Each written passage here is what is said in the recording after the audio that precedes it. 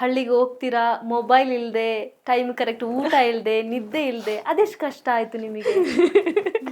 ನಾನಂತೂ ಒಂಥರ ಕುಂಭಕರ್ಣನ್ ಥರನೇ. ನಂಗೆ ನಿದ್ದೆ ಅಂದ್ರೆ ಜಾಸ್ತಿ ತುಂಬಾ ನಿದ್ದೆ. ಇಷ್ಟ.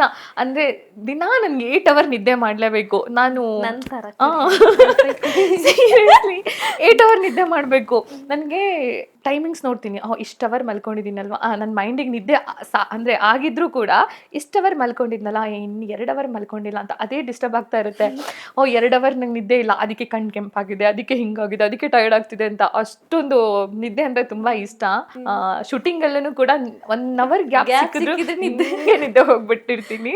ಸೊ ಅಲ್ಲಿ ಸಿಕ್ಕಾಪಟ್ಟೆ ಕಷ್ಟ ಆಯಿತು. ಯಾವ ರೇಂಜಿಗೆ ಅಂದರೆ ನಿದ್ದೆ ಅಂತ ಹೇಳೋದನ್ನೇ ಮರ್ತು ಬಿಟ್ಟಿದ್ವಿ, ರೆಸ್ಟ್ ಅಂತ ಹೇಳೋದನ್ನೇ ಮರ್ತು ಬಿಟ್ಟಿದ್ವಿ. ಇನ್ನೇನು ರಿಯಾಲಿಟಿ ಮುಗಿಸ್ಕೊಂಡು ಬಂದಿರ್ತೀವಿ, ನೆಕ್ಸ್ಟ್ ರೆಡಿ ಆಗಬೇಕು. ಆ್ಯಂಡ್ ಏನು 15 ನಿಮಿಷದಲ್ಲೆಲ್ಲ ರೆಡಿ ಆಗಬೇಕು. ಕೆಲವೊಂದ್ಸರಿ ಸ್ನಾನನೂ ಮಾಡೋಕ್ಕಾಗಲ್ಲ. ಟೈಮ್ ವ್ಯಾಲ್ಯೂ ಗೊತ್ತಾಗಿರೋದು ನಿಮಗೆಲ್ಲ. ಟೈಮ್ ವ್ಯಾಲ್ಯೂ ಗೊತ್ತಾಗಿತ್ತು ಅವಾಗ. ಆ್ಯಕ್ಚುಲಿ ಅಲ್ಲಿ ಸಿಕ್ಕಾಪಟ್ಟೆ ಬೈಕೊಂಡಿದ್ವಿ.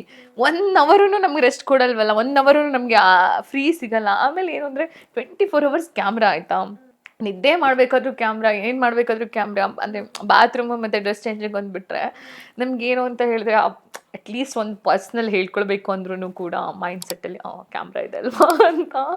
ಬಟ್ ನಿದ್ದೆ ಜೊತೆಗೆ ಊಟ, ಫುಡ್ಡು ಕೂಡ ಏರುಪೇರೆಲ್ಲ ಆಗ್ತಿತ್ತು. ಹಾಗೇನಿಲ್ಲ, ಬಟ್ ನಿದ್ದೆ ಒಂದು ನಿಮಗೆ ಕರೆಕ್ಟ್ ನಿದ್ದೆ ಬೇಕಿತ್ತು. ಕರೆಕ್ಟ್ ಊಟ ಇಲ್ದೇ ಇದ್ರೂ ಪರವಾಗಿಲ್ಲ, ನಿದ್ದೆ. Same, ನಾನು ಅಷ್ಟೇ, ಊಟ ಇಲ್ದೇ ಕೂಡ ಸೇಮ್. ಅಂದ್ರೆ ಊಟ ಅಂದ್ರೆ ನಾನು ಜಿಮ್ ಎಲ್ಲ ಮಾಡ್ತಿದ್ದೀನಿ. ನಾನು ಆಕ್ಚುಲಿ ಇಡ್ಲಿ ಕೂಡ ಅಭ್ಯಾಸ ಇದೆ. ಇಡ್ಲಿ ಕೂಡ ನೀರಲ್ಲೂ ಕೂಡ ತಿಂದಿದ್ದೀನಿ. ನನಗೆ ಅದು ತುಂಬಾ ಟೇಸ್ಟಿ ಆಗಿರ್ಬೇಕು ಹಾಗೆ ಹೀಗೆ ಅಂತಿಲ್ಲ. ಬಟ್ ಅಂದ್ರೆ ನಾನು ಊಟದಲ್ಲಿ ಇಷ್ಟು ಪ್ರೋಟೀನು, ಇಷ್ಟು ಕ್ಯಾಲೋರೀಸು ಇದೆಲ್ಲ ನೋಡ್ತೀನಿ ಆಯ್ತಾ. ಒಂದು ಸ್ವಲ್ಪ ಸಿಕ್ಕಿದ್ರು ಸಾಕು, ಅದೇನು ಮ್ಯಾಟ್ರ್ ಆಗಲ್ಲ. ಬಟ್ ನಿದ್ದೆ ವಿಷಯದಲ್ಲಂತೂ ಸಿಕ್ಕಾಪಟ್ಟೆ ಡಿಸ್ಟರ್ಬ್ ಆಯಿತು. ಹೌದು, ನಿದ್ದೆ ಬಿಟ್ಟು. ಮೊಬೈಲ್ ಇಲ್ದೆ ಸ್ಟಾರ್ಟಿಂಗಲ್ಲಿ ಒಂದು ಸ್ವಲ್ಪ ಕಷ್ಟ ಆಯಿತು. ಯಾಕೆಂದರೆ ಇಲ್ಲಿರ್ಬೇಕಾದ್ರೆ ಬಾತ್ರೂಮ್ಗೆ ಹೋಗ್ಬೇಕಂದ್ರೂ ಮೊಬೈಲ್ ತಗೊಂಡು ಟುಕ್ ಅಂತ ಹೇಳ್ಕೊಂಡು ಹೋಗ್ತೀವಿ. ಫಸ್ಟಲ್ಲಿ ಏನು ಕಿಚನಲ್ಲಿ ಇದ್ರು ಅಥವಾ ಏನೇ ಇದ್ರು ಫಸ್ಟ್ ಮೊಬೈಲ್ ಎಲ್ಲಿದೆ ಅಂತ. ಸ್ಟಾರ್ಟಿಂಗಲ್ಲಿ ಒಂದು ಸ್ವಲ್ಪ ಏನು ಅಂದರೆ ಆ ಮೈಕ್ ಇರ್ತಿತ್ತಲ್ವ, ಎಷ್ಟೊಂದು ಸರಿ ಮೈಕ್ನೇ ಮೊಬೈಲ್ ಅಂತ ಹಿಂಗೆ ಮುಟ್ಕೊಂಡು ಅಲ್ವಾ ಅಂತ.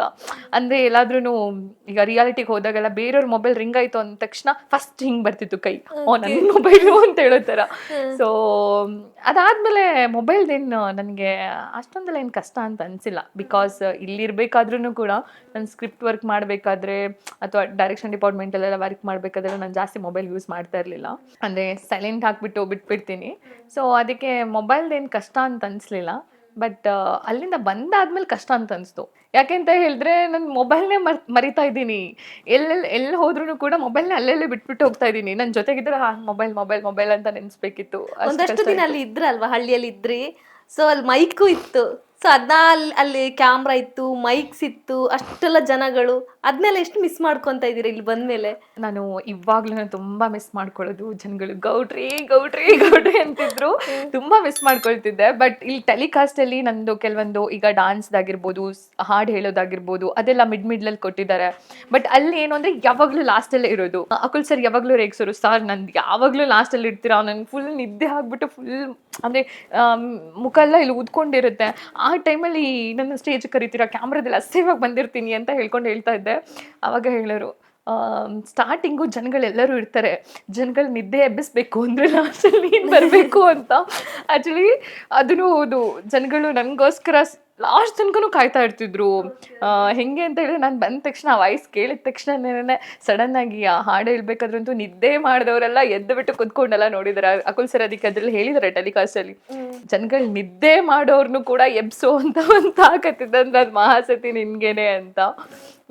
ಬಟ್ ಆ ಜನಗಳ ಪ್ರೀತಿನ ತುಂಬ ಮಿಸ್ ಮಾಡ್ಕೋತೀನಿ.